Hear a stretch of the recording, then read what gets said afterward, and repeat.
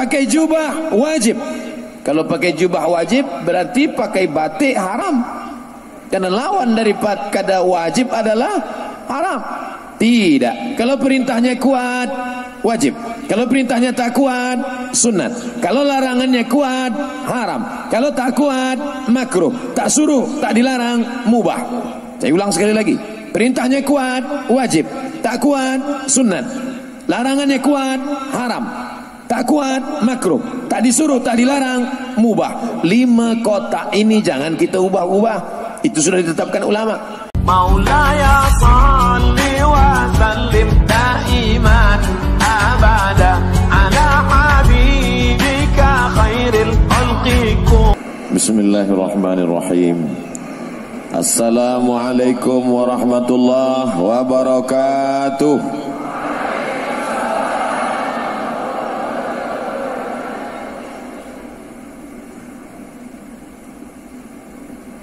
Anak raja pergi menyelam menangkap ikan. Dari bunyi sambutan salam nampaknya belum makan. Saya sebenarnya tak nak berpantun, tapi dalam tradisi Melayu bila ada pantun mesti dijawab. Untuk mengambil syarat itu saja sebenarnya. Anak raja memakai katun, katun dipakai di kayu arah. Saya tak lagi berpantun, sudah dibawa pengacara. Yang sama-sama kita hormati dan insya-Allah dimuliakan Allah Subhanahu wa taala, Rektor College University Islam Selangor beserta para timbalan, dekan, pensyarah, pelajar-pelajar. Tak dapat saya sebut satu persatu, yang besar tak dihimbau gelar, yang kecil tak disebut nama. Insya-Allah kita semua dimuliakan Allah Subhanahu wa taala. Amin ya rabbal alamin. Malam ini tajuk kita adalah sunnah, pengamalan dan cabaran di tengah masyarakat. Pertama saya ingin nak jelaskan makna sunnah dulu. Sunnah artinya kebiasaan. Jadi kalau ada seorang selepas makan dia merokok, selepas makan dia mengisap rokok, selepas makan dia hidupkan rokok, maka merokok selepas makan itu sunnah. Kita belum masuk lagi sunnah Nabi, bukan sunnah Nabi. Sunnah siapa? Sunnah dia lah. Sunnah. Ada seorang perempuan, bila dia nak pergi ada jemputan, dia pakai lipstick. Bila dia nak pergi walimah, dia pakai lipstick. Maka memakai lipstick itu sunnah, tapi bukan sunnah Nabi, kebiasaan. Oleh sebab itu orang menterjemahkan sunnah dalam bahasa Inggris adalah tradition, tradisi, kebiasaan. Adapun yang dimaksud dengan sunnah Nabi Muhammad sallallahu alaihi wasallam ada 5. Ma udhifa ila Nabi sallallahu alaihi wasallam min qaulin aw fi'lin aw taqririn aw sifati khalqiyatin wa khuluqiyatin min ba'di bi'satihi ila wafatihi sallallahu alaihi wasallam. Ma udhifa ila Nabi sallallahu alaihi wasallam min qaulin aw fi'lin aw taqririn aw sifati khalqiyatin wa khuluqiyatin min ba'di bi'satihi ila wafatihi sallallahu alaihi wasallam. Kita akan jelaskan 5. Sunnah pula dalam hadis dikatakan man sanna fil islami sunnatan hasanatan falahu ajruha wa wizru man fawalahu ajruha wa ajru man amila biha min ba'di. Jadi sunnah ini ada 2. Yang baik-baik sunnah hasanah, yang tak baik sunnah sayyi'ah, maka disebut dengan sunnah. Makanya ada namanya Fakulti Usuluddin Jabatan Quran Sunnah. Di Jakarta ada namanya Darus Sunnah. Dar rumah, sunnah tempat belajar sunnah. Rumah tempat belajar sunnah disebut dengan Darus Sunnah. Tapi tempat saya belajar di Maghribi dulu, di Rabat, namanya Darul Hadis. Apa beza hadis dengan sunnah? Hadis baharu, lawan daripada baharu qadim. Untuk membezakan mana yang qadim, mana yang baharu, yang qadim itu Quran, Sedangkan penjelasannya dari hadis Nabi, wa anzalna ilaika dzikra, aku turunkan kepadamu az-dzikra Al-Quran, litubayyina linnas, penjelasan isi Al-Quran itulah dia hadis. Sunnah Rasulullah SAW, maka disebut ini kitab hadis, ini kitab sunnah. Setengah ada yang mengatakan hadis muradif dengan sunnah, hadis sunnah, sunnah hadis sama saja. Tapi ada pula yang membezakan. Hadis itu apa? Sejak mula Nabi lahir hingga meninggal. Sedangkan sunnah sejak Nabi dapat wahyu hingga meninggal. Kalau begitu lebih luas hadis daripada sunnah. Bagi yang membezakan, di antara yang membezakan itu adalah Syekh Malibari. Di mana letak sunnah-sunnah ini? Sunnah berada di kepala sahabat, sebab mereka melihat Nabi SAW. Mereka hidup bersama Nabi, mereka perang bersama Nabi, mereka menengok gigi Nabi patah, mereka menyaksikan bagaimana Nabi berwudu. Hadis tentang wudu diriwayatkan oleh Sayyidina Utsman ibnu Affan. Dia masukkan tangannya, dia bagi tahu bagaimana cara berwudu. Beginilah aku menengok, memandang, melihat Nabi Muhammad sallallahu alaihi wasallam. Lalu kemudian hadis-hadis ini ditulis sejak masa zaman Nabi Muhammad sallallahu alaihi wasallam. Ada seorang sahabat namanya Amr bin As. Amr bin As punya anak namanya Abdullah bin Amr bin As radhiyallahu anhuma. Apa kata Abdullah bin Amr bin As? Aku orang paling banyak menghafaz hadis Nabi sallallahu alaihi wasallam. Dan itu diakui oleh Sayyidina Abu Hurairah radhiyallahu anhu. Kata Abu Hurairah, aku banyak menghafaz hadis, tapi Abdullah bin Amr bin As lebih banyak lagi. Kenapa?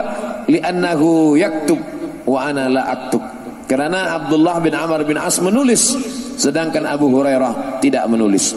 Dulu manakala Abdullah bin Amr bin As menulis hadis-hadis Nabi Muhammad sallallahu alaihi wasallam, orang-orang Arab berkata, "Mengapa engkau tulis? Nabi Muhammad itu kan manusia biasa. Semua yang keluar dari mulutnya dia akan marah, dia akan diam, dia akan menangis. Kenapa engkau tulis?" Maka datanglah Sayyidina Abdullah bin Amr bin As menghadap Nabi Muhammad sallallahu alaihi wasallam, "Ya Rasulullah, bolehkah aku menulis?" Apa kata Nabi SAW? "Uktub, tulis. Wallahi ma kharaja minhu illa haq." Tidak ada yang keluar dari mulutku ini kecuali hak. Yang keluar dari mulutku ini adalah benar. Itulah makna ayat Al-Quran. A'udzubillahi minasyaitonir rajim. Wa ma yantiqu 'anil hawa in huwa illa wahyun yuha. Jadi kalau ada yang mengatakan saya tidak percaya kepada hadis, saya tak percaya kepada sunnah, kerana hadis baru ada dalam kitab Sahih Al-Bukhari. Imam Muhammad bin Ismail bin Ibrahim bin Mughirah bin Bardizbah Al-Bukhari meninggal tahun 256. Maknanya dia hidup 2 abad setengah selepas Nabi Muhammad SAW. Mana hadis selama 2 abad setengah itu? Aku tak percaya kepada hadis, sebab selama 2 abad setengah hadis tak ditulis, hadis sudah hilang. Itu hanya dibuat orang pada abad ketiga. Bila ada orang semacam ini, kita bagi tahu pada dia, engkau kalau bodoh, bodoh saja, jangan ajak orang lain. Hadis sudah ditulis pada zaman Nabi Muhammad sallallahu alaihi wasallam. Manakala tahun ke-8 Hijrah, Nabi datang ke kota Makkah Al-Mukarramah membawa 10.000 pasukan dipimpin oleh panglima perang bernama Sa'ad bin Ubadah. Ketika itu datang seorang lelaki dari Yaman namanya Abu Syah. Apa kata Nabi? Uktubu li Abi Syah, tuliskan hadis untuk Abu Syah supaya boleh dia bawa nanti ke Yaman. Itu menunjukkan pada zaman Nabi sudah ditulis. Tapi ada yang mengatakan hadis tak boleh ditulis. Nabi sendiri berkata, la taktubu anni ghairal Quran, wa man kataba anni ghairal Quran falyamhuh. Jangan tulis selain daripada Quran. Siapa yang menulis selain Quran maka hapuslah. Tak boleh menulis hadis. Fahami dengan baik. Kenapa dia izinkan pada Abdullah bin Amr bin As? Kenapa dia suruh tulis untuk Abu Syah? Kenapa tiba-tiba dia mengatakan tak boleh menulis? Maka ulama mengkaji. Rupanya Nabi melarang menulis hadis 1 safhah, 1 page, 1 muka surat bersatu antara hadis dengan Al-Quran. khaufal iltibas, khawatir bercampur aduk bagi yang tidak hafaz mana hadis, mana Quran, mana ayat, mana sunnah. Tak boleh dia membezakan. Maka kata Nabi, kalau khaufal iltibas, takut bercampur aduk, jangan tulis. Siapa yang menulis hadis dalam ayat Quran, hapus. Tapi bagi siapa yang aman daripada iltibas, silakan menulis. Itu yang disampaikan oleh para ulama. Maka kita hari ini tinggal membaca saja. Saya tak percaya kepada hadis, saya tak percaya kepada sunnah. Kalau kamu tak percaya kepada hadis, tak percaya kepada sunnah, bagaimana solat zuhur 4 rakaat? Apa ada dalam Al-Quran itu, ya ayyuhalladzina amanu sallu zuhra 4 rakaatin adaan ma'muman lillahi ta'ala? Mana ada? Apa ada dalam Quran itu tawaf 7 putaran diawali dari Hajar Aswad? Apa ada dalam ayat Al-Quran itu membayar zakat kambing 40 ekor kambing, maka bayarkan 1 kambing, 5 ekor onta, bayarkan 1 kambing? Mana ada? Lalu di mana penjelasan? Wa aqimus salah alladzina yuqimuna salah, aqimis salah. Bagaimana cara salat? Sallu kama raaitumuni usalli. Salatlah kamu bagaimana aku salat. Adapun ayat Al-Quran berkata wa atimul hajja, sempurnakan haji wal umrata, ibadah umrah lillah. Bagaimana cara melaksanakan haji dan umrah? Penjelasannya dalam hadis, khudhu anni manasikakum, ambillah manasik, cara ibadah haji dan umrah daripada aku. Oleh sebab itu, orang yang ingkar sunnah, ingkar hadis, sesungguhnya mereka adalah ingkar Al-Quran. Kenapa demikian? Karena Al-Quran sendiri menyuruh mengambil hadis. Wa ma'atakumur rasulu fakhudhuh. Apa yang dibawa oleh Rasul SAW, ambillah. Apa yang dibawa Nabi, sunnah. Wa ma nahakum anhu fantahu. Apa yang dilarang oleh Rasulullah, tinggalkan. Wa anzalna ilaika dzikra. Nama dia Al-Quran, nama dia Al-Furqan, nama dia Al-Kitab, nama dia Al-Dzikra. Inna nahnu nazzalna dzikra wa inna lahu lahafizun. Kami yang menurunkan ini kepada kamu. Maka Allah yang menurunkan Al-Quran, litubayyina linnas. Setelah kami turunkan Al-Quran, engkau menjelaskan isi-isinya. Datanglah sahabat bertanya, yas'alunaka 'anil khamri wal maisir, yas'alunaka 'anil yatama, yas'alunaka madza yunfiqun, yas'alunaka 'anil ahillah, yas'alunaka 'anil mahid, wa idza sa'alaka 'ibadi anni fa inni qarib. Ada dialog antara Nabi dengan sahabat. Nabi menjelaskan. Dari mana kita tahu hadis tentang cara mandi kalau bukan hadis riwayat Aisyah? Bagaimana kita tahu cara Nabi berwudu kalau bukan salah satunya hadis Sayyidina Sayyidina Utsman bin Affan? Bagaimana kita tahu cara Nabi beribadah salat kalau bukan dari hadis-hadis yang disusun oleh para ulama? Begitulah mereka melihat. Bahkan bagaimana cara Nabi melaksanakan ibadah-ibadah tertentu itu diriwayatkan oleh para sahabat. Dari sahabat ke tabi'in, dari tabi'in ke tabi'in, dari tabi'in kepada imam mazhab, sampailah kepada yang menulis kutubus sittah. Senang saja menghafaz 2 sahih 4 sunan, 2 sahih 4 sunan, 2 sahih Sahih Bukhari, Sahih Muslim, 4 sunan. Mudah cara menghafaznya. Awal Abu, ujung Ibnu. Abu Daud, Ibnu Majah. Antara Abu Daud dan Ibnu Majah, Nasai dan Tirmidzi. Sebab nampaknya simpul saja, tapi kita mesti ajarkan pada penuntut-penuntut, pelajar-pelajar, mahasiswa-mahasiswi kita bagaimana cara menghafaznya. 2 sahih 4 sunan, Sahih Bukhari, Sahih Muslim, 4 sunan, yang awal Abu, yang akhir Ibnu. Abu Daud, Ibnu Majah, Sunan Nasai, Sunan Tirmidzi. Kenapa mereka menulis ini semua? Bermimpilah Imam Al-Bukhari pada suatu malam. Dalam mimpi itu nampak dia sedang memukulkan kipas kepada lalat. Nampaknya lalat dia pukulkan. Dia pukul lalat dengan kipas. Lalu dia tanya kepada gurunya, wahai tuan guru, ya, aku bermimpi. Apa yang kau lihat dalam mimpimu? Aku melihat aku sedang memandang, aku menghalau lalat. Kata guru dia, engkau sedang membersihkan hadis-hadis Rasulullah SAW daripada hadis-hadis palsu. Dari mana kita tahu hadis ini palsu? Maka yang mengasaskan pertama kali syarat rukun hadis sahih disusun oleh Imam Al-Bukhari. Tapi Imam Bukhari tak ada berkata ini syarat hadis sahih, tak ada. ulama-ulama yang menyusun belakangan. Ittisalus sanad. Apa itu hadis sahih? Mattasala sanaduhu biriwayatil adlid dhabit anil adlid dhabit ila muntahahu wa salima minas syuzuz wal ilal. Hadis sahih adalah syarat pertama ittisalus sanad. Sanadnya mesti bersambung. Yang kedua adalah turawi, rawinya mesti adil. Yang ketiga dhabtur rawi, rawinya mesti punya ingatan yang kuat. Yang keempat salamatun minas syuzuz, tak boleh ada syaz. Apa itu syaz? Mukhalafatus thiqah liman huwa awsaq minhu. Ada rawi yang thiqah, tapi ada rawi yang lebih thiqah, tak boleh mukhalafah. Kalau dia mukhalafah maka dia syaz. Yang keenam, yang kelima minal illah, tak boleh ada illat. Sababun khafiyun yaqdah fi sihhatil hadis. Ada sebab kecil saja, begitulah telitinya mereka. Hari ini bila penuntut menulis makalah, lalu kemudian dia presentasikan di depan kawan-kawan dia di kelas. Hari ini saya sedang menjelaskan tentang Sayyidina.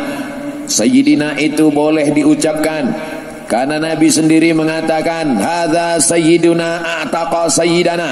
Ini datang Sayyidina Abu Bakar yang membebaskan daripada budak hamba sahaya Sayyidina Bilal.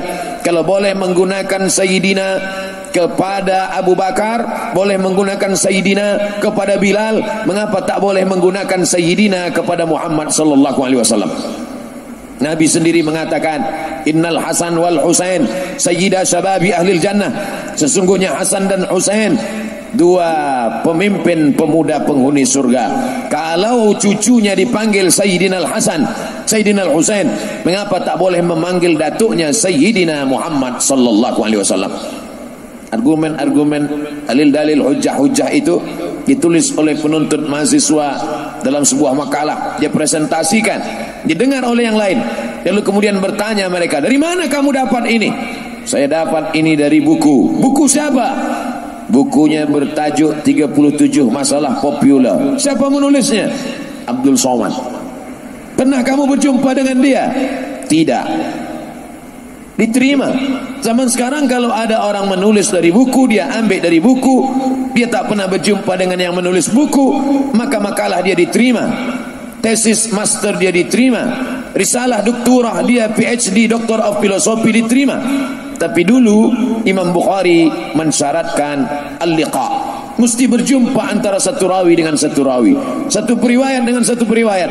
Begitulah ketatnya syarat yang ditetapkan oleh Imam Muhammad bin Ismail bin Ibrahim bin Al-Mughirah bin Bardisbah Al-Bukhari. Begitulah beza kenapa Bukhari lebih tinggi daripada Muslim. Imam Muslim tidak mensyaratkan mesti ada liqa, cukup dengan muasarah saja, hidup sezaman cukup. Sezaman dia walaupun tak berjumpa sahih. Tapi Imam Bukhari tak begitu, mesti ada subutul liqa wal muasarah. Dari mana kamu dapat hadis ini? Dari Imam Bukhari. Imam Bukhari dapat dari siapa? Dari Abdullah bin Maslamah. Berjumpa Imam Bukhari dengan Abdullah bin Maslamah. Berjumpa. Abdullah bin Maslamah dapat dari siapa? Dari Malik bin Anas. Berjumpa Malik bin Anas dengan Abdullah bin Maslamah. Ya, murid dia, belajar dengan dia. Imam Malik bin Anas dapat dari siapa? Dari Abu Zinad. Abu Zinad dapat dari siapa? Dari Al-A'raj. A'raj dapat dari siapa? Dari Abu Hurairah. Abu Hurairah dapat dari siapa? Dari Nabi Muhammad. Berjumpa Abu Hurairah dengan Nabi. Ya, dia Islam tahun ke-7, 3 tahun dia bersahabat dengan Nabi, makan dengan Nabi, ikut dengan Nabi. Man bassata rida'ahu, siapa yang membentangkan sorbannya sampai aku menyampaikan hadisku ini, fala yansa ma sami'a minni abada, maka dia tidak akan lupa apa yang dia dengar dariku selamanya. Maka sahabat yang pertama membentangkan sorbannya adalah Sayyidina Abu Hurairah radhiyallahu anhu. Duduk Nabi menyampaikan hadis-hadisnya. Selepas Nabi menyampaikan hadis, lalu datang Abu Hurairah menggulung sorban itu. Maka apa kata Abu Hurairah? Sejak saat itu aku tak pernah lupa apa yang aku dengar dari baginda Nabi Muhammad sallallahu alaihi wasallam. Semuanya berjumpa, mendengarkan, mengambil hadis. Maka pertemuan antara satu rawi dengan rawi subutul liqa wal mu'asarah, barulah hadis itu disebut dengan hadis sahih. Oleh sebab itu syarat ini adalah ilmu yang paling tua. Sampai hari ini tidak ada keilmuan yang paling otentik, yang paling original, yang paling kuat argumennya kecuali ilmu hadis. Mengapa begitu? Sebab saya jawabatan hadis. Yang lain berkata mungkin ilmu usul fiqh, yang lain mengatakan mungkin ilmu tafsir. Tapi begitulah para ulama dulu membuat ketat. Maka apa kata Abdullah ibn Mubarak? Al-isnad minad din. Sanad itu adalah bagian daripada agama. Kalau al-isnad la qala man syaa ma syaa. Kalau bukan karena sanad, maka orang akan berkata sesuka hatinya. Dari mana kamu dapat hadis ini? Ada kamu mendengarnya dari guru kamu? Siapa yang membacakan hadis ini ke telinga kamu? Saya dapat hadis ini. Siapa? Haddatsani Google and YouTube. Oleh sebab itu maka mendengarkan ulama membacakan hadis, bahkan mereka memilihkan kata yang begitu halus. Satu mengatakan haddatsana, satu mengatakan akhbarana. Makanya kalau ada orang yang boleh, pandai, mahir berbahasa Arab, dia terjemahkan kitab hadis, tapi dia tak mengerti istilah-istilah dalam ilmu hadis, maka dia mungkin terkeliru dan tersalah. Bahasa Arab dia mantap, dia terjemahkan haddatsana, telah menceritakan kepada kami. Karena dia ambil kamus, dia tengok haddatsa yuhaddisu, menceritakan. Akhbarana, telah mengkabarkan kepada kami, telah memberitakan kepada kami. Karena dia tengok kamus, akhbara yukhbiru ikhbaran, akhbarana, telah mengkabarkan kepada kami. Padahal apa kata Imam Muhammad bin Idris Asy-Syafi'i? Idza qara'a 'alaika faqul haddatsana wa idza qara'ta 'alaihi faqul akhbarana. Idza qara'a 'alaika faqul haddatsana. Kalau gurumu membacakan hadis kepadamu, maka kamu meriwayatkannya haddatsana. Wa idza qara'ta 'alaihi, kalau kamu yang membacakan hadis, gurumu mengangguk mengiyakan, maka kamu meriwayatkannya akhbarana. Sekarang saya bacakan satu hadis. Anis sahabi al-jalil, dari sahabat Nabi yang mulia, Abdullah bin Amr bin As. Qala Rasulullah sallallahu alaihi wasallam, ar-rahimuna yarhamuhumur rahman, irhamu man fil ardi yarhamukum man fis sama.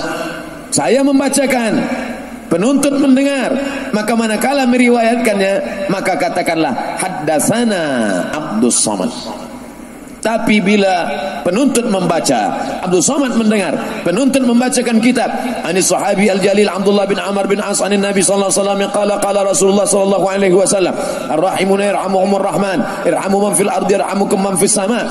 Gurunya diam mendengar, maka saat itu murid penuntut meriwayatkan hadis dengan berkata akhbarana Abdul Samad. Sampai pada memilih kata haddatsana dan akhbarana pun ada rahasia-rahasia di balik itu. Itulah mengapa ilmu itu disebut dengan ilmu mustalahul hadis. Dia disebut juga dengan ulumul hadis. Kenapa disebut ulum? Kenapa tidak ilmul hadis? Karena di dalamnya ada ilmu jarah wa ta'dil, ilmu rijal, ilmu sanad, ilmu takhrij, ilmu mukhtaliful hadis, ilmu muskilul hadis, ilmu athar. Di dalamnya pula ada yang terkait dengan ilmu nasikh wal mansukh. Karena banyak ilmu-ilmu di dalamnya, maka disebut dia dengan ulumul hadis. Dia disebut juga dengan ilmu mustalah. Kenapa mustalah? Karena di dalamnya bukan lughatan, tapi yang dipakai adalah istilahan. Hasan, baik, tapi hasan dalam ilmu hadis bukan baik. Hadza hadisun hasan. Man shalla subha fi jama'atin, siapa yang salat subuh berjamaah, summa qa'ada yadhkurullah, selepas salat subuh berjamaah dia duduk berzikir mengingat Allah, hatta tatlu asyam, sampai terbit matahari, summa yusalli rak'ataini, selepas itu dia salat sunat 2 rakaat, kanat lahu ka ajri hajjatin wa umrah, maka dia mendapatkan haji seperti haji dan umrah. Tamah, sempurna. Apa kata Imam Abu Isa At-Tirmidzi dalam kitab Jami' At-Tirmidzi, popular juga dengan nama Sunan At-Tirmidzi? Hadza hadisun hasan. Buka kamus. Hadza, ini hadis hasan, baik. Hadza hadisun hasan, ini hadis yang baik-baik. Oh, kalau begitu ada hadis tak baik. Padahal yang dimaksud adalah beza antara sahih dengan hasan tipis saja, sikit saja. Kalau sahih cukup 5 syarat, ada sanad, rawi adil, rawi dhabit, kuat ingatan, tidak ada syaz, tidak ada illat. Hadis hasan pun juga sama, sanad bersambung, rawinya adil, rawinya dhabit, tidak ada syaz, tidak ada illat. Di mana bezanya? Khafifud dhab, Kalau yang ini tamamud dhab, 100% hafazannya kuat, sedangkan yang hasan khiffatud dhab, khafifud dhab, 75%, tak sampai 100%, maka dia jatuh kepada hadisun hasan. Paling tinggi hadis sahih, di bawah hadis sahih hadisun hasan, di bawah hadis hasan hadisun dhaif. Banyak sekarang orang menolak hadis dhaif. Kenapa kamu tak mau baca kitab Fadail Amal yang ditulis oleh Zakaria Kandahlawi? Itu hadis dhaif. Saya tak mau pakai hadis dhaif. Allahumma barik lana fima razaqtana wa qina adzabannar. Hadis dhaif. Hadis dhaif. Saya tak mau pakai hadis dhaif. Kalau hadis dhaif tidak diterima, mengapa Imam Tirmizi menulis hadis dhaif dalam Sunan Tirmizi? Mengapa Imam Ahmad bin Ambal yang bergelar Amirul Mukminin fil hadis ada hadis dhaif dalam Musnad Ahmad bin Ambal? Bahkan Imam Bukhari sendiri menulis hadis dhaif, tapi bukan dalam Sahih Bukhari. Di mana ada hadis dhaif yang ditulis oleh Imam Bukhari? Dalam kitab Adabul Mufrad. Bahkan guru Imam Syafi'i bernama Imam Malik bin Anas meninggal tahun 179 menulis ada hadis dhaif. Di mana dia tulis ada hadis dhaif? Dalam kitab Muwatta Malik. Apa maknanya? Hadis dhaif boleh diamalkan. Bahkan kata Imam An-Nawawi, ajma'al ulama ala jawazil amal bil hadis dhaif. Sepakat ijma' ulama boleh mengamalkan hadis dhaif, tapi tentu bersyarat. Apa syarat-syarat boleh mengamalkan hadis dhaif? Disebutkan oleh Imam Al-Hafiz Jalaluddin Abdurrahman As-Suyuti dalam kitabnya Tadribur Rawi, Syarah Taqrib An-Nawawi. Imam Nawawi ada menulis kitab takrib, tapi rasanya kitab takrib ini susah difahami oleh orang awam. Maka datanglah Imam An-Nawawi mensyarah kitab ini. Maka dia tulis Tadribur Rawi, Syarah Takrib An-Nawawi. Apa kata Imam Jalaluddin Abdurrahman As-Suyuti, meninggal tahun 911 Hijrah? Kata dia, syarat boleh mengamalkan hadis dhaif mesti ada 5 syarat. Yang pertama, hadis dhaif itu bukan dalam masalah akidah, sifat Allah, surga dan neraka, tentang masalah hari kiamat, tentang masalah tauhid, tentang masalah akidah Ahlussunnah wal Jamaah. Yang kedua, hadis dhaif itu bukan dalam masalah hukum halal haram makruh mubah, li isbatil halal wal haram, bukan sebagai hujjah dalil halal dan haram. Yang ketiga, dia masih bernaung di bawah hadis sahih. Yang keempat, tidak ada periwayatnya yang kadzab. Karena kalau ada periwayatnya rawinya kadzab, maka hadis itu bukan dhaif tapi hadis maudhu'. Yang kelima, fadail amal, motivasi memberikan fadail amal. Utlubil ilma walau bisin, tuntutlah ilmu walau ke negeri Cina. Datanglah seorang mubaligh, seorang ustaz memberikan tazkirah di masjid. Assalamualaikum warahmatullahi wabarakatuh. Para jamaah sekalian, mari kita kirim anak-anak kita untuk menuntut ilmu fi sabilillah, kerana Nabi pernah bersabda, utlubil ilma walau bisin, tuntutlah ilmu walau ke negeri Cina. Datang seorang penuntut tegak, wahai ustaz, itu hadis dhaif, tak boleh diamalkan. Hadis dhaif tetap boleh diamalkan karena dia tidak dalam masalah akidah, dia bukan dalam masalah menetapkan halal haram, tidak ada periwayatnya yang kadzab, dan dia pula untuk fadail amal, memotivasi amal. Utlubil ilma walau bisin, tuntutlah ilmu walau ke negeri Cina, boleh disampaikan, tapi disebutkan ini hadis dhaif tapi untuk fadail amal. Dulu kita disuruh menuntut sampai ke negeri Cina, sekarang tak perlu lagi sebab Cina dah datang.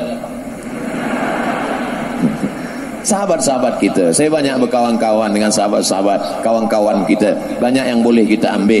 Oleh sebab itu, al-hikmatu dhallatul mu'min.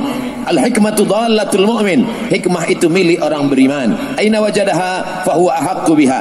Maka sampai hari ini hadis-hadis ini pun ditulis oleh para ulama. 7.275 hadis. 7275 7.275 hadis yang disusun oleh Imam Al-Bukhari. 16 tahun dia berjalan, 16 tahun dia pergi meninggalkan Uzbekistan, pergi ke Makkah untuk haji. Setelah itu dia ke Madinah, melanjutkan perjalanan ke Syam. Dari Syam dia pergi ke Mesir, menyeberang Laut Merah. Dari Mesir dia kembali ke Syam. Dari Syam dia pergi ke Persia. Setelah itu dia pulang ke Uzbekistan. Akhirnya meninggal dunia. Dalam perjalanan itu dia berhasil menulis kitab Al-Jami' As-Sahih Al-Musnad Al-Mukhtasar min umuri Rasulullah SAW wa sunanihi wa ayyami. Kenapa disebut Al-Jami'? Karena di dalamnya ada akidah, ada fiqh, ada akhlak. Kenapa disebut Al-Musnad? Karena semua hadis yang dia tulis di dalam bersanad, maka disebut al-musnad. Kenapa disebut kitabnya itu al-sahih? Karena semua hadis yang ada dalam Sahih Bukhari itu sahih. Ma wada'tu fihi illa ma sahha. Aku tidak menulis hadis di dalamnya kecuali hanya sahih saja. Kenapa disebut mukhtasar? Karena hadis sahih itu banyak. Dia ringkaskan menjadi sedikit, mukhtasar. Min umuri Rasulillah, dari perkara-perkara Rasulullah SAW, wa sunanihi wa ayyamih. Apakah imam-imam dulu tak ada menulis hadis? Ada. Kalau Imam Bukhari 256, maka ada yang lebih tua lagi daripada Imam Al-Bukhari. Imam Malik bin Anas 179, 256 jauh, 179 abad kedua. Aradtu kitabi hadha ala 70 min fuqaha'il Madinah. Kitabku ini sudah aku presentasikan, aku bacakan kepada 70 ahli fikih di kota Madinah. Kulluhum wata'uni fasammaituhu muwatta'. Semuanya setuju dengan isi kitab ini, maka aku namakan kitab ini dengan kitab Muwatta'. Kitab hadis yang paling tua yang dicetak, yang sampai kepada kita matbu' hari ini, kitab Muwatta'. Kulluhum wata'uni, makna kulluhum wata'uni, kulluhum wafaquni. Semua mereka setuju dengan isi kitab ini. Fasammaituhu Muwatta', maka akan menamakan dia nama kitab Muwatta'. Hari ini Masya Allah tabarakallah, tinggal membuka saja, kita baca saja. Tapi banyak juga orang yang tidak mahu. Kerana apa? Kerana jahilnya. Malik ulama, Malik sirajul ummah, Malik nujum. Apa kata Imam Syafi'i? Idza dzukiral muhaddithun famalikun najm. Kalau disebut ahli-ahli hadis, maka Imam Malik adalah bintangnya. Imam Malik bintang yang bersinar. Apa kata Imam Malik? Adraktu sab'ina. Aku sudah berjumpa dengan 70 orang alim. Kalau aku minta satu saja, berdoa kepada Allah supaya turun hujan, pasti turun hujan. Sakingkan mereka ini adalah ahli-ahli ibadah. Aku jumpa di Masjid Nabawi banyak orang alim, doanya kabul. Satu saja aku minta turun hujan, maka pasti turun hujan. Tapi aku tidak mengambil hadis dari mereka. Mengapa? Mereka alim, mereka ahli ibadah, mereka zuhud. Kenapa tak ambil hadis dari mereka? Karena hafazannya tidak kuat. Kerana hadis bertumpu kepada hafazan, bertumpu kepada kekuatan hafalan. Bagaimana hafalan para mereka dulu? Apa kata Imam Al-Hafiz Jalaluddin Abdul Rahman As-Suyuti? Hafiztu mi'atai alfa hadis. Aku hafal 200.000 hadis. Lau wajadtu aksara min dzalika la hafiztuha. Kalau aku dapat lebih daripada 200.000 ini, pastilah aku akan hafaz juga. Padahal dia hidup tahun berapa? 911. Jauh dari Imam Syafi'i. Imam Syafi'i 204, Imam Nawawi 676, Imam As-Suyuti 911. Jarak dia dengan Imam Syafi'i 800-700 tahun, tapi dia tetap memegang hafazan itu. Apa kata dia? Hafiztu mi'atai alfa hadis. Aku hafaz 200.000. La wajadtu min dzalika la hafiztuha. Kalau aku dapat lebih banyak daripada ini, pasti aku akan hafaz juga. Bagaimana orang zaman sekarang boleh menyombongkan diri? Kalau Suyuti itu ulama, saya juga ulama. Kalau Suyuti makan, saya juga makan. Kalau Suyuti minum, saya juga minum. Kalau Suyuti tidur, saya juga tidur. Suyuti manusia, saya manusia. Mengapa saya mesti belajar kepada dia? Hafazan dia kuat. Hafazan kita sekarang, baca sanad hilang matan, baca matan hilang sanad. Mereka dulu al-ilmu fis sudur, ilmu di dada. Kita sekarang al-ilmu fil laptop. Lobet, hilang hafaz. Oleh sebab itu, jangan pernah menyombongkan diri. Taraktu fikum amraini, aku tinggalkan pada kamu tak banyak, 2 perkara saja. In tamassaktum bihima, kalau kamu pegang yang 2 ini, lan tadillu abada, maka kamu tidak akan sesat untuk selamanya. Kitabullah, Al-Quran, wa sunnati, sunnah Rasulullah sallallahu alaihi wasallam. Tak faham Quran, tak faham sunnah, kemana kita pergi? Al-Quran sudah memberikan tuntunan. Fas'alu ahla dzikri, bertanya kepada para ulama. In kuntum la ta'lamun, kalau kamu tidak tahu. Hari ini banyak orang yang begitu mudah berkata, mari kita kembali ke Quran, mari kita kembali ke sunnah, tanpa bertanya kepada para ulama. Siapa kita yang sanggup kembali kepada Al-Quran dan sunnah tanpa bertanya kepada para ulama? Alhamdulillah, College University Islam Selangor menghadirkan para ulama-ulama. Datanglah kemari Syekh Muhammad Said Ramadan Al-Buti, datanglah kemari Syekh Mustafa Al-Bugha, datanglah kemari para masyayikh besar, para ulama-ulama yang agung, yang hebat, yang berilmu, yang Masya Allah tabarakallah. Hari ini kesempatan yang luar biasa, maka segeralah daftarkan diri Anda ke College University Islam Selangor. Lama juga kita baru boleh iklan. Tadi saya mulai pukul 9 suku, 9.15. Sekarang saya sudah bicara tentang sejarah sunnah ini lebih kurang 35 menit. Sunnah, sejarah sunnah, ulama-ulama sunnah. Sekarang bagaimana pengamalannya di tengah masyarakat. Kata Nabi SAW, alaikum bisunnati, hendaklah kamu mengamalkan sunnahku, wa sunnatil khulafa'ir rasyidin al-mahdiyyin min ba'di, sunnah para khulafa' rasyidin sesudah aku, addu 'alaiha bin nawajiz, gigit pakai gigi geraham. Kalau kamu memegang sunnah jangan pegang pakai tangan, karena kalau pakai tangan boleh lepas. Gigit pakai gigi geraham. Bagaimana menggigit pakai gigi geraham? Gigitlah. Gigit. Petir menyambar tak akan lepas. Kalau dengan tangan lepas, dengan tangan lepas. Tapi kalau sudah digigit, addu 'alaiha bin nawajiz. Makna gigit dengan kuat, pegang dengan kuat ini maksudnya peganglah sunnah, peganglah hadis. Sekarang banyak juga orang pegang kuat, yang dipegangnya kuat duit hingga tak keluar masuk ke kotak. Peganglah dengan kuat. Yang saya maksudkan dengan sunnah-sunnah Rasulullah itu terbagi kepada dua. Yang pertama sunnah yang zahir, yang tampak di mata. Yang kedua adalah sunnah yang maknawi. Yang satu sunnah yang nampak di mata, zahir. Yang satu sunnah maknawi. Adapun sunnah yang zahir ini tidak semuanya wajib, tapi dilaksanakan baik. Nabi SAW pakai jubah, malam ini yang pakai jubah baik. Nabi SAW pakai imamah sorban. Maka kalau ada kawan kita, jiran kita, penuntut yang pakai sorban, pakai imamah, baik. Nabi Muhammad itu rambutnya ditutup. Pertama pakai qalan suah. Selepas dia qalan suah, dia pakai imamah. Selepas pakai imamah, dia pakai lagi burdah, dia pakai lagi ghutrah, dia pakai lagi kain penutup, atau disebut juga dengan toilasan. Kain yang ditutupkan di atas itu toilasan. Kain yang menutup badan burdah. Burdatul Rasul sallallahu alaihi wasallam. Jadi kalau ada ulama, tok guru, tuan syekh yang memakai itu, dia pakai qalan suah, selepas itu dia lilitkan imamah, selepas itu dia tutup pakai toilasan, sunnah, baik. Kenapa Ustaz tak pakai? Panas. Tapi kita tak boleh ejek. Kita tak boleh ejek. Selama dulu kami waktu belajar di Maghribi, kami pakai. Waktu pergi umrah kemarin, saya pakai. Saya pakai qalan suah, saya pakai imamah, saya pakai kain penutup, sebab waktu itu sejuk. Tapi saya tak salahkan orang yang menggunakan itu. Kenapa? Karena dia ikut sunnah Rasulullah sallallahu alaihi wasallam. Tapi Nabi tak ada wajibkan. Tidak semua perbuatan Nabi itu wajib. Kalaulah memakai jubah itu wajib, lawan dari wajib haram. Pakai sunnah wajib. Rektor pakai sunnah wajib. Yang hendak pakai imamah baik, yang hendak pakai toilasan baik, yang hendak pakai jubah baik, yang hendak pakai burdah baik. Tapi mewajibkannya, maka kita sudah mukhalif. Oleh sebab itu apa?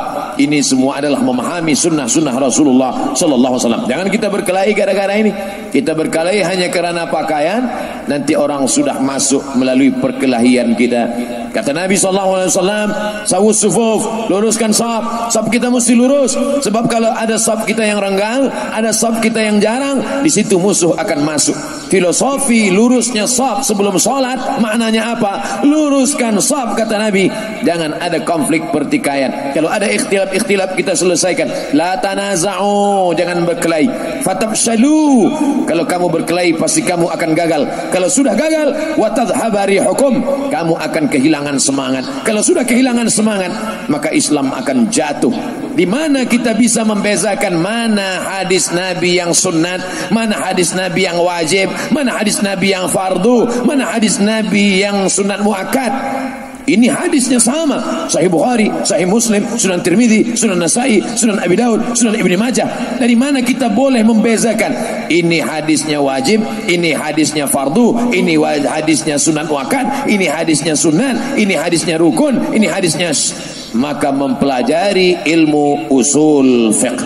Kalau orang hanya belajar hadis saja, tidak memahami mendalami ilmu usul fiqh, maka dia tidak tahu membezakan mana taqyidul am, mana takhsisul am, mana taqyidul mutlaq, mana hadis yang am, mana hadis yang khas, mana taqyidul takhsisul am, mana taqyidul mutlaq, mana yang muqayyad, mana yang mutlaq.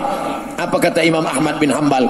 Kami menghafaz hadis di Baghdad, di kota Baghdad kami menghafaz hadis, tapi kami tak boleh membezakan mana yang taqyidul mutlak, mana yang takhsisul am, sampai datang Muhammad bin Idris Asy-Syafi'i. Karena yang pertama kali menyusun usul fiqh adalah Imam Asy-Syafi'i. Dia punya murid namanya Rabi' Al-Muradi. Dia panggil Rabi', "Ta'al ya Rabi', Rabi', datang kemari." Imam Rabi' pun datang. "Uktub ar-risalah." Risalah, surat, tulis surat wahai Rabi'. Rabi' pun mengambil pena, dia ambil kertas, dia tulis ar-risalah. Imam Syafi'i bicara, dia tulis. Maka jadilah satu kitab. Itulah dia kitab ar-risalah, kitab usul fiqh yang paling tua di dunia. Ar-risalah dari mulut Imam Syafi'i ditulis oleh Imam Rabi' Al-Muradi. 300 muka surat. Hari ini kita menulis 300 muka surat bertahun-tahun. Copy paste. Wasta'inu bil Google wal YouTube. Masya Allah, tabarakallah. Begitu jauhnya ilmu kita dengan mereka. Siapa yang memahami kitab-kitab yang tua ini? Kitab Ar-Risalah umurnya sekarang berapa? 1200 tahun. Kitab Ar-Risalah umurnya 1200 tahun. Coba cari kitab novel bahasa Melayu yang umurnya 200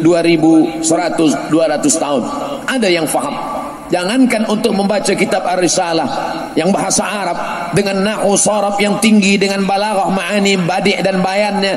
Jangankan untuk memahami kitab Ar-Risalah, memahami kitab tenggelamnya kapal Van der Wijk, ayat-ayat cinta dan ketika cinta bertasbih pun banyak ikhtilaf. Padahal bahasa Indonesia, bahasa Melayu, bahasa kita, apalagi memahami kitab. Oleh sebab itu, ini adalah memahami Quran, memahami sunnah, memahami usul fiqh, memahami fiqh, memahami qawaidul fiqh. Satu-satunya jalan adalah, kuncinya adalah melalui bahasa Arab. Hari ini orang menggalakkan bahasa Inggris. Baik, tak salah. Saya juga tak bersetuju kalau ada orang melarang, jangan belajar bahasa Inggris. Belajarlah bahasa Arab, Quran bahasa Arab, hadis bahasa Arab, Nabi orang Arab. Kita mesti belajar bahasa Arab, jangan belajar bahasa Inggris.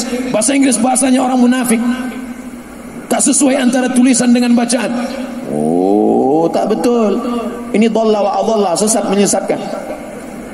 Kerana Nabi sendiri, apa pesan dia kepada sahabat Nabi namanya Zaid ibn Thabit radhiyallahu anhu?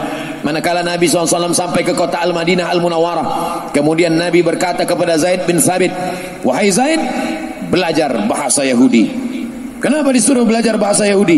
Kerana di kota Al-Madinah Al-Munawwarah ada Yahudi Bani Nadir, ada Yahudi Bani Quraiza, ada Yahudi Qainuqa, ada Yahudi Khaybar. Man arafa lughata qaumin amina makrahum. Siapa yang paham bahasa suatu kaum, maka dia akan aman dari tipu daya, tipu muslihat mereka. Wahai Zaid, belajar bahasa Yahudi. Zaid bin Thabit belajar bahasa Yahudi. Ta'allamtuhu wa 'adaqtuhu. Aku belajar, aku paham, aku dalami sepaham-pahamnya. Berapa lama? Nisfa syahrin, setengah bulan. Setengah bulan dia belajar bahasa Yahudi. Coba kita belajar bahasa Yahudi agak setengah bulan ini. Apa maknanya? Sedangkan bahasa Yahudi yang dilaknat Allah, Bani Israel, yang jahat, yang dikatakan dalam Al-Quran, la tufsiduna fil ardi marrataini, kamu akan buat kerusakan di atas muka bumi 2 kali. Tapi tetap disuruh belajar bahasanya. Silakan belajar bahasa Jepun, silakan belajar bahasa Mandarin, silakan belajar bahasa apapun, tapi bahasa Arab jangan tinggalkan. Kenapa? Karena dengan belajar bahasa Arab inilah kita akan memahami Al-Quran, memahami hadis, memahami sunnah, memahami fiqh, memahami usul fiqh. pintu itu semua adalah bahasa Arab. Di mana belajar bahasa Arab? Ambillah di College University Islam Selangor. Masya Allah, tabarakallah. Sebenarnya kita belajar bahasa Arab ini tak susah-susah, betul. Sebab apa? Sebab banyak sekali bahasa Melayu itu diambil dari mufradat bahasa Arab. Bahasa Arab. Awak hadir tak esok. Hadir bahasa Arab. Hadara yahduru hadir. Awak belajar di mana? Di jamiah bahasa Arab. Wakil bahasa Arab. Naib bahasa Arab. Banyak sekali bahasa Arab. Oleh sebab itu kalau ada orang Melayu yang susah belajar bahasa Arab, padahal bahasa Arab tiap-tiap hari dia katakan, solatnya pun bahasa Arab. Coba angkat tangan yang solat bahasa Melayu. Mana ada? Sebodoh-bodohnya, maaf kalau kasar, sebodoh-bodohnya orang Melayu, kalau sampai dia ke Makkah, andai dia tak paham bahasa Arab sekalipun, dia pakai usolli, dia pakai bahasa Arab, solat itu pun dia akan selamat di Makkah insyaAllah. Dia salah jalan balik dari Masjidil Haram, tak tahu mana jalan balik ke hotel, dia panggil saja polis. Ya polis, ta'al. Polis pun datang. SV kata polis, ada apa? Dia cukup katakan, ihdinas sirata. Tunjukkan saya jalan balik ke hotel. Ihdinas siratal hotel. Tunjukkan saya balik jalan. Kata polis, awak duduk di lantai berapa? Awak duduk di aras berapa? Kata dia, aras berapa? Tunjukkan salasa raka'atin. Lantai 3. Lantai 8 macam mana? Al-Maghrib wal-Isya. Lantai 8. Cuma kalau 20, 21 agak susah sikit. Baliklah ke bahasa sahabat kita, 21. Saudara yang dimuliakan Allah Subhanahu wa taala, artinya apa? Kenapa kita tidak pelajari bahasa Arab ini? Ada seorang orientalis, orientalis orang timur yang belajar tentang Islam, tentang Arab. Mereka belajar bahasa Arab. Cuba cari nanti tulisan di Google. Buka www.google.com. Tulis di search. Tulis di situ Rene Guénon. R-E-N-E-G-O-E-N-O-N. Rene Guénon. Cara membacanya Rene Guénon. Apa nampak tulisan situ? Rene Guénon belajar bahasa Arab di Al-Azhar University. Datang dia dari Europe, pergi ke Al-Azhar, belajar bahasa Arab. Akhirnya dia pun masuk Islam. Dia rubah namanya menjadi Abdul Ilah. Rene Guénon jadi Abdul Ilah. Abdul Samad memang original Abdul Samad. Betapa mereka dulu mempelajari bahasa-bahasa ini.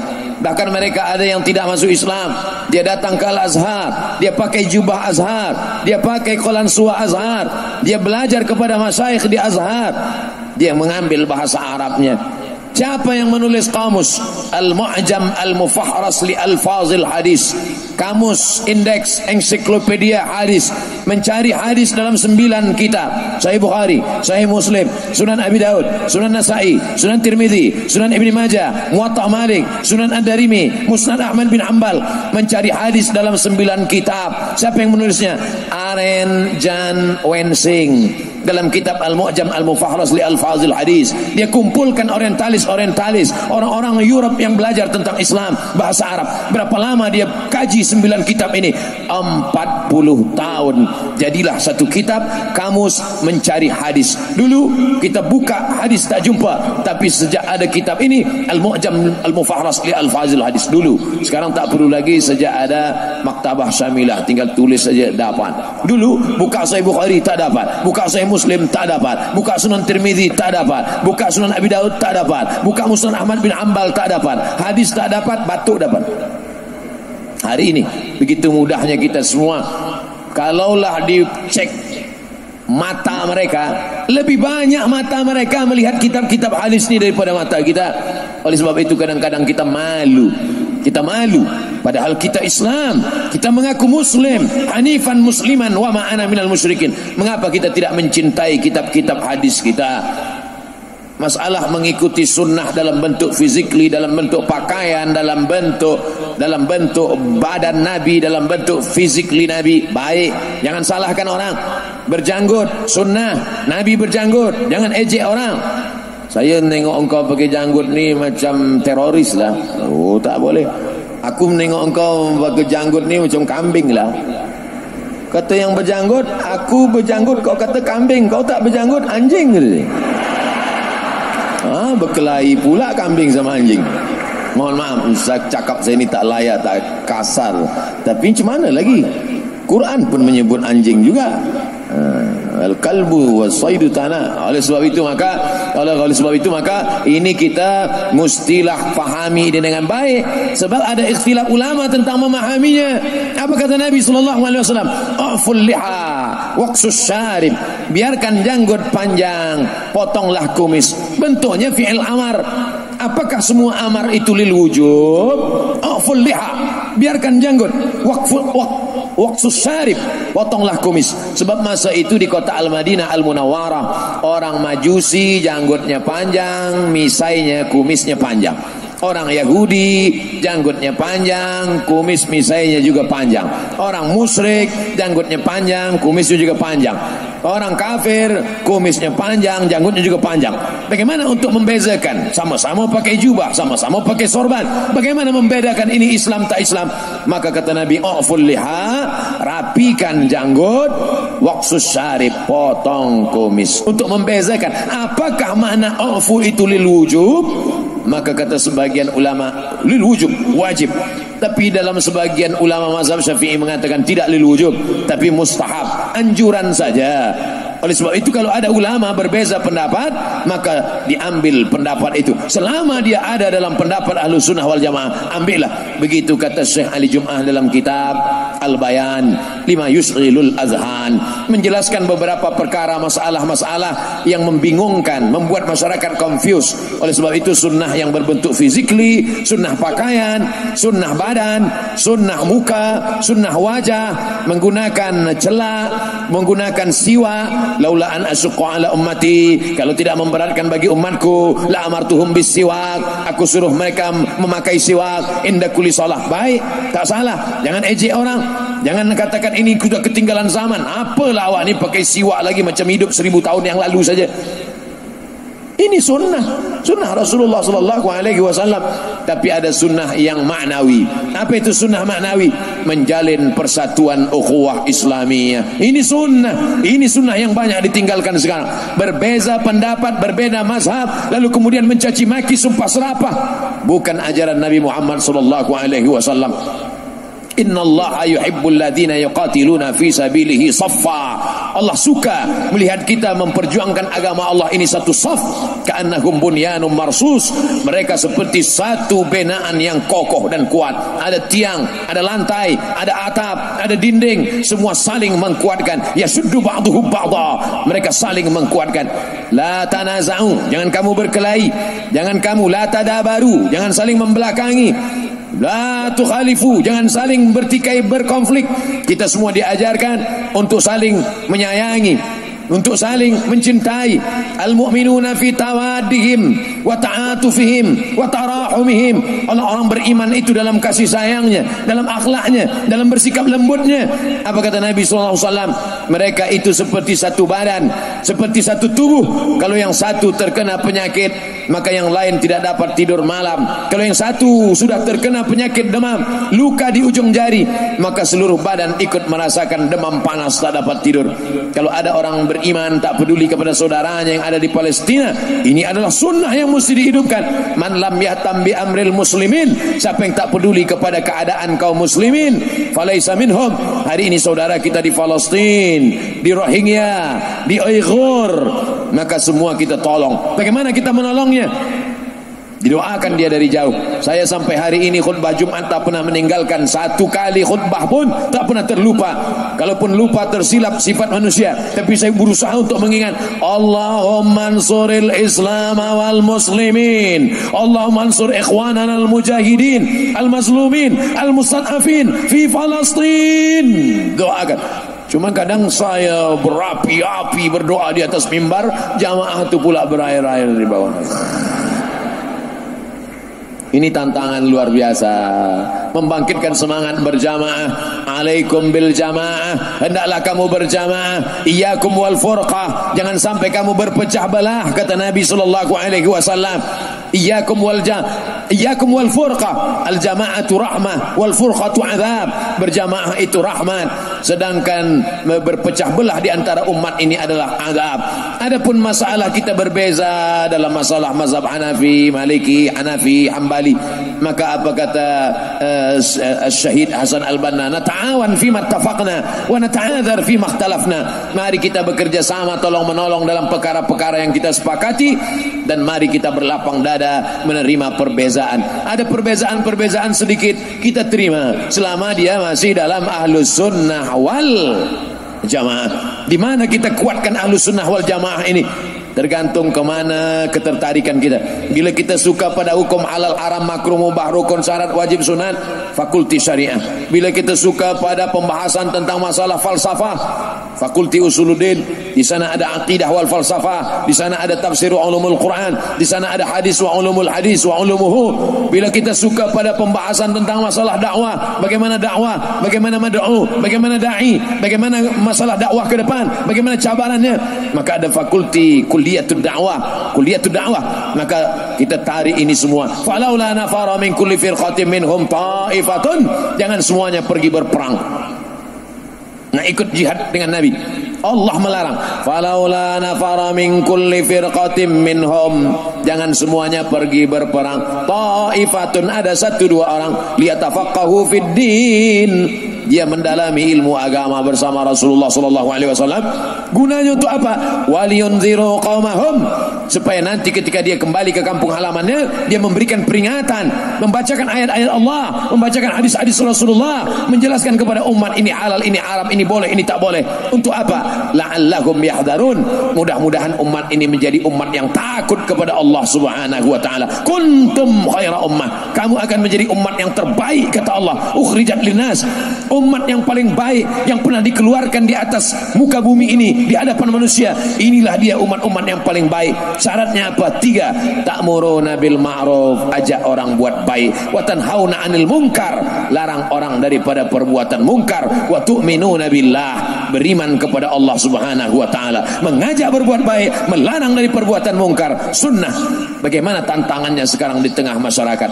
Kalau kita ajak orang solat, dia tak marah. Kita ajak dia puasa sunat, dia tak marah. Kita ajak dia untuk berlaku adil, dia tak marah. Tapi kalau sudah kita larang dia dari perbuatan mungkar, kita larang dia daripada riba, kita larang dia daripada menjalin hubungan yang tidak halal, marah, emosi.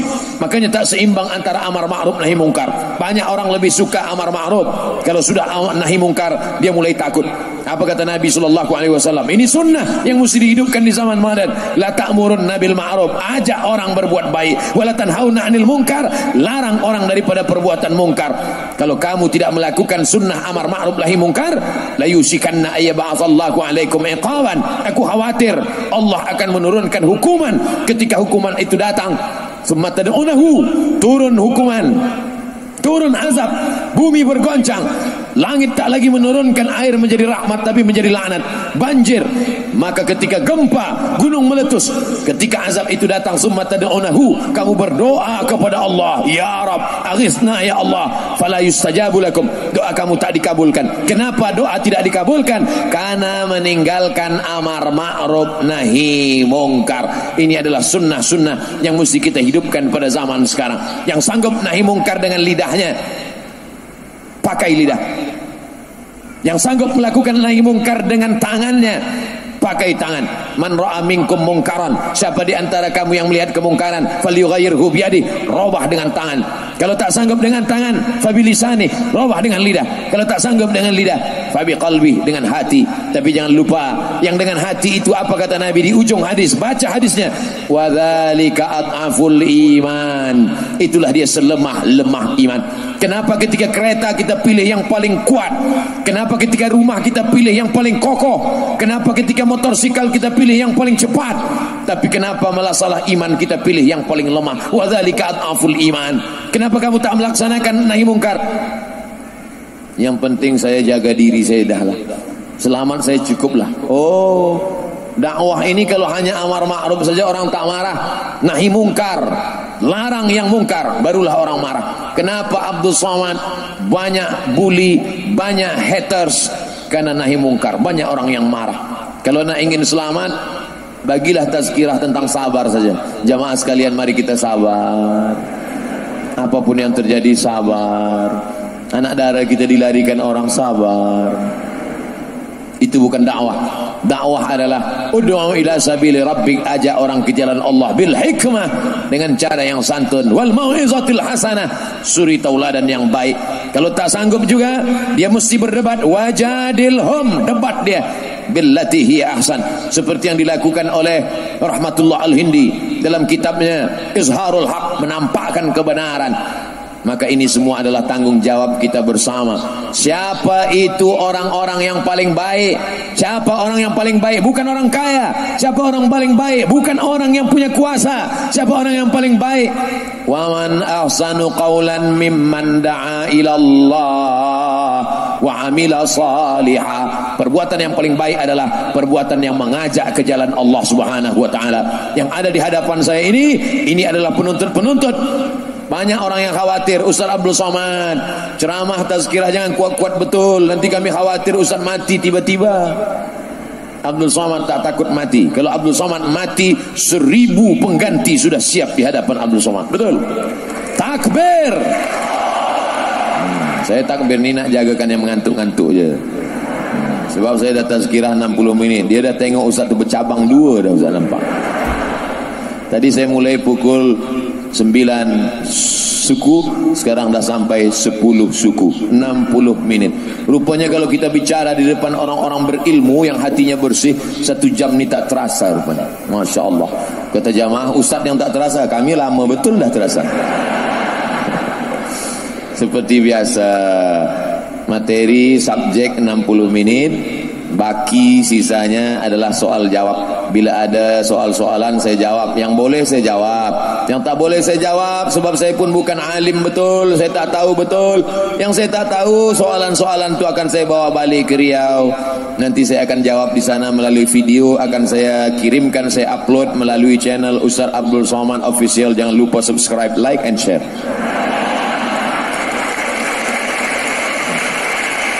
Masya Allah, tabarakallah. Senang berada di depan pemuda-pemuda. Kenapa Ustaz Somad semangat betul malam ini? Semangat betul malam ini. Saya semangat malam ini sebab saya di depan para pemuda belia-belia. Sesuai lah. Kalau di depan tu orang-orang tua, kita pun slow juga. Pakcik-pakcik, marilah kita ingat mati.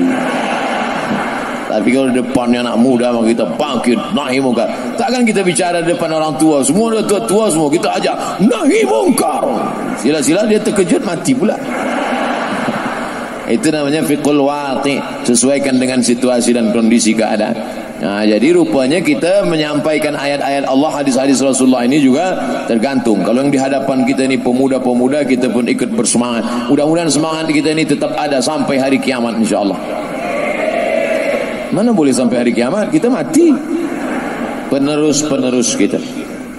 Idza waqa'at 'ala ahadikumul qiyamah, kalau kamu sudah mau mati, sakit, sudah mau mati, wa fi yadihi fasilah, di tanganmu ada anak kurma, falyughrisha, tanamkan anak kurma. Tanamkan anak kurma. Supaya apa? Kalau anak kurma sudah kau tanam, kau mati, matilah. Sebab anak kurma akan besar menjadi pokok kurma. Ada orang musafir bernaung di bawah pokoknya. Ada orang lapar, dia petik buahnya. Allahumma laka sumtu wa bika amantu ala rizqi tuhtu bi rahmatika, dia makan. Punya siapa? Kita wakafkan di jalan Allah Subhanahu wa taala. Tuan yang punya anak, wakafkan. Anakku yang satu ini aku wakafkan di jalan Allah. Fakulti Usuluddin, fakulti Syariah, fakulti Bahasa Arab, fakulti Lughah Arabiyah, Kuliatul Lughah Arabiyah, Kuliatul Da'wah, Kuliatul Syariah. Ini akan menolong aku di hadapan Allah Subhanahu wa taala. Setuju atau tak setuju? Kuliatul Tarbiyah, Kuliatul Syariah, Kuliatul Usuluddin, Kuliatul Da'wah, Kuliatul Lughah Arabiyah. Masukkan dia. Register sebelum tarikh berikut ini. Itulah yang akan menolong di hadapan Allah Subhanahu wa taala. Banyak sekarang orang takut memasukkan anak-anaknya ke sekolah agama. Anak saya doktor medical, anak saya lawyer, anak saya businessman. Betul, tak salah. Tapi aku akan dapat dia menolong di hadapan Allah Subhanahu wa taala. 3 anak masuk ke bilik ICU, tak dapat berbuat apa-apa. Yang satu hanya menengok ayah terbaring macam menengok kucing. Yang satu lagi pula hanya menangis saja, ayah. Yang satu lagi pula mengambil handphone, dia ambil gambar, ayah aku sakit. Datang kawan dia komen, amin amin amin amin amin. Apa? Tak ada satu pun yang mentalkinkan ke telinga. Dia tak tahu. Dia tak tahu bagaimana caranya. Mengatur ekonomi dia hebat, tapi mengatur jenazah dia tak pandai. Oleh sebab itu maka ini agama. Kalau Allah ingin baik pada seorang hamba, dia dalamkan ilmu agamanya. May yuridillahu bihi khairan. Kalau Allah ingin orang ini baik, yufaqihu fiddin. Allah dalamkan ilmu agamanya. Makanya doa Nabi kepada Sayyidina Abdullah ibnu Abbas radhiyallahu anhuma, apa kata Nabi? Allahumma faqihu fiddin wa 'allimhu ta'wil. Dalamkan ilmu agamanya, ajarkan dia pemahaman yang benar tentang Quran dan Sunnah. InsyaAllah alumni daripada kuis ini akan menjadi orang-orang yang dalam agamanya, dan mereka inilah yang akan melaksanakan amar ma'ruf nahi mungkar, sehingga negeri ini akan tetap menjadi negeri baldatun thayyibatun wa rabbun ghafur.